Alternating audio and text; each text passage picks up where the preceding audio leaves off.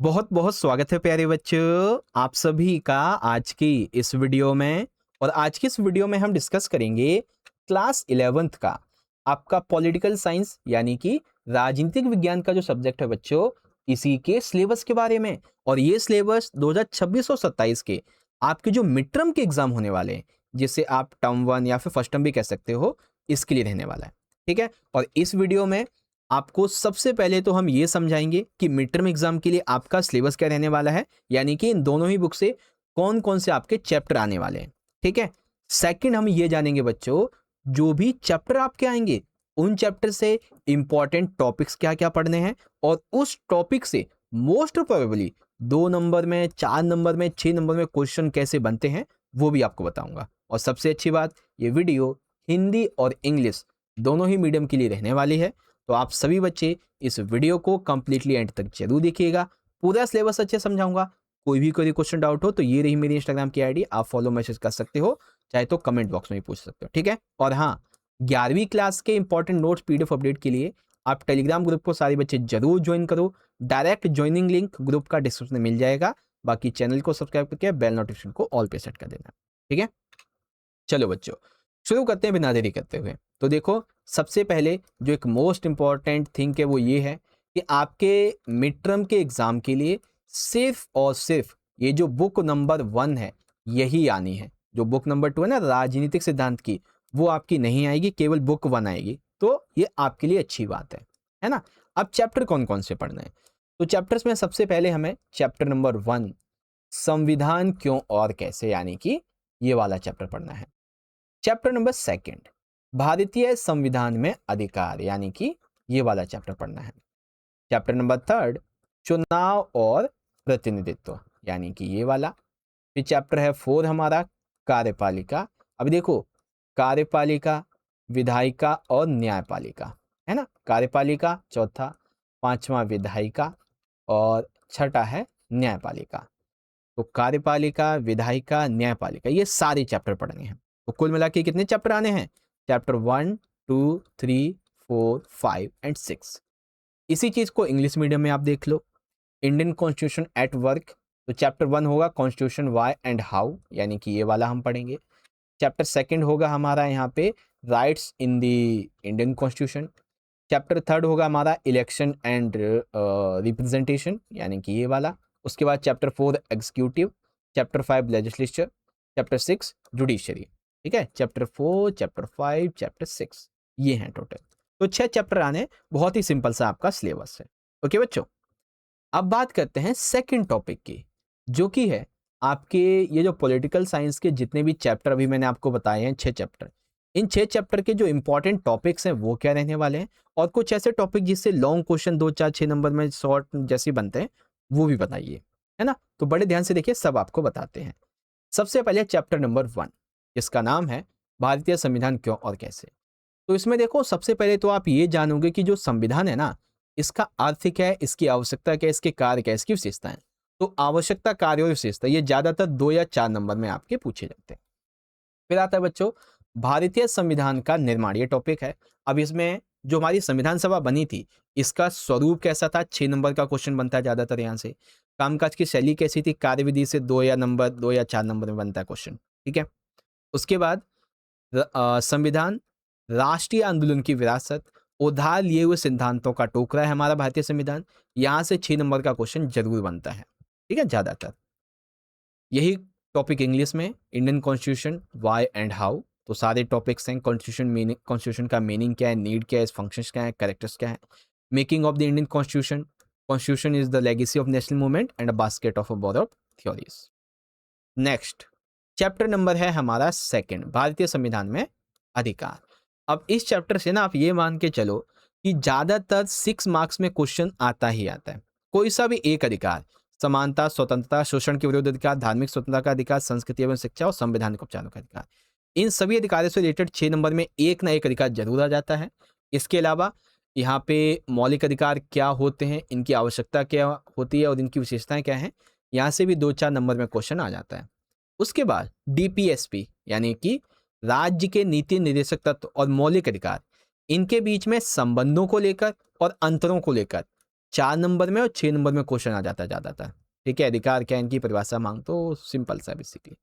ठीक है, तो इस तरीके से आपको समझ में आ गया। अब ऐसे ही इंग्लिश में rights in the Indian constitution, तो राइट की डेफिनेशन क्या है, फंडामेंटल राइट्स क्या है, इनकी मीनिंग, रिक्वायरमेंट, फीचर्स, डीपीएसपी यानी कि directive principles of state policy and fundamental rights, इनके रिलेशन डिफरेंस से भी क्वेश्चन बनता है। बाकी हमारे जो राइट्स हैं यहाँ से भी क्वेश्चन बनते हैं। ठीक है, चलो अब आता है चैप्टर नंबर 3। हाँ रुक जा भैया, ऐसे नहीं जाने का। चुनाव तथा प्रतिनिधित्व। तो इसमें बेसिकली सबसे पहले तो आपको ये जानना होगा कि जो चुनाव होते हैं इनका मतलब क्या है और लोकतंत्र का क्या मतलब होता है। अब यहाँ से 4 नंबर में 6 नंबर में क्वेश्चन बनता है बच्चों कि भारत में जो चुनावी व्यवस्था है ना वो कौन सी है, उसकी विशेषताएं क्या हैं और उसमें सुधार की हमें क्या आवश्यकता है। क्या व्यवस्था सुधार, 3 क्वेश्चन बनते हैं। उसके बाद 4 या 6 नंबर में ये क्वेश्चन भी बन जाता है समानुपातिक प्रणाली की विशेषताएं और इसकी कमियों के बारे में। ठीक है, सर्वाधिक वोट से जीत की प्रणाली, यहाँ से भी क्वेश्चन बनता है। स्वतंत्र और निष्पक्ष चुनाव और निर्वाचन क्षेत्रों का आरक्षण, यहाँ से 2 नंबर का क्वेश्चन बनता है ज़्यादातर। उसके बाद 6 मार्क्स में क्वेश्चन बनता है जो हमारा निर्वाचन आयोग है, मतदान आयोग, हाँ ठीक है, चुनाव आयोग जो है, इसके आखिर काम क्या है, इसी के कार्य 6 नंबर में ज़्यादातर पूछे जाते हैं। और जो वोट देने का अधिकार है उसके बारे में तो पता ही है आपको। उसके बाद इंग्लिश में इलेक्शन एंड रिप्रेजेंटेशन, तो ये इसके इंपॉर्टेंट टॉपिक है। इलेक्शन डेमोक्रेसी की डेफिनेशन, इलेक्ट्रो सिस्टम क्या है भारत का, और उसमें रिफॉर्म्स की क्या जरूरत है, प्रोपोर्शनल रिप्रेजेंटेशन सिस्टम क्या है, मोस्ट वोट विनिंग सिस्टम क्या है ना, ये सी चीज़ें, इलेक्शन कमीशन के फंक्शंस क्या होते हैं, ये सब।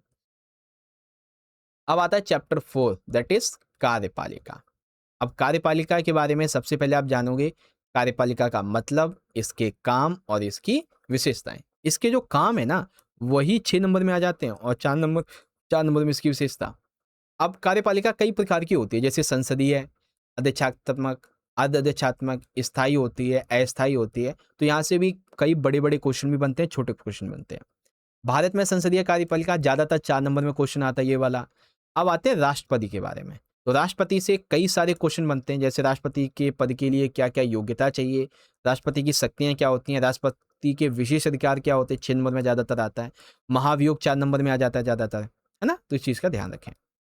फिर प्रधानमंत्री के बारे में, इनके पद के लिए योग्यता क्या होती है, इनकी शक्ति क्या है, मंत्रिपरिषद के लिए इनकी क्या विशेषता है। फिर नौकरशाही और सिविल सेवकों का वर्गीकरण, यहाँ से भी 4-6 नंबर में क्वेश्चन आता है। सेम इंग्लिश में एग्जीक्यूटिव, तो ये होती क्या है, टाइप्स कई तरीके के होते हैं, प्रेसिडेंट के बारे में, प्राइम मिनिस्टर के बारे में, और बाकी क्लासिफिकेशन क्या होता है, ब्यूरोक्रेसी और सिविल सर्विसेज का, ये है।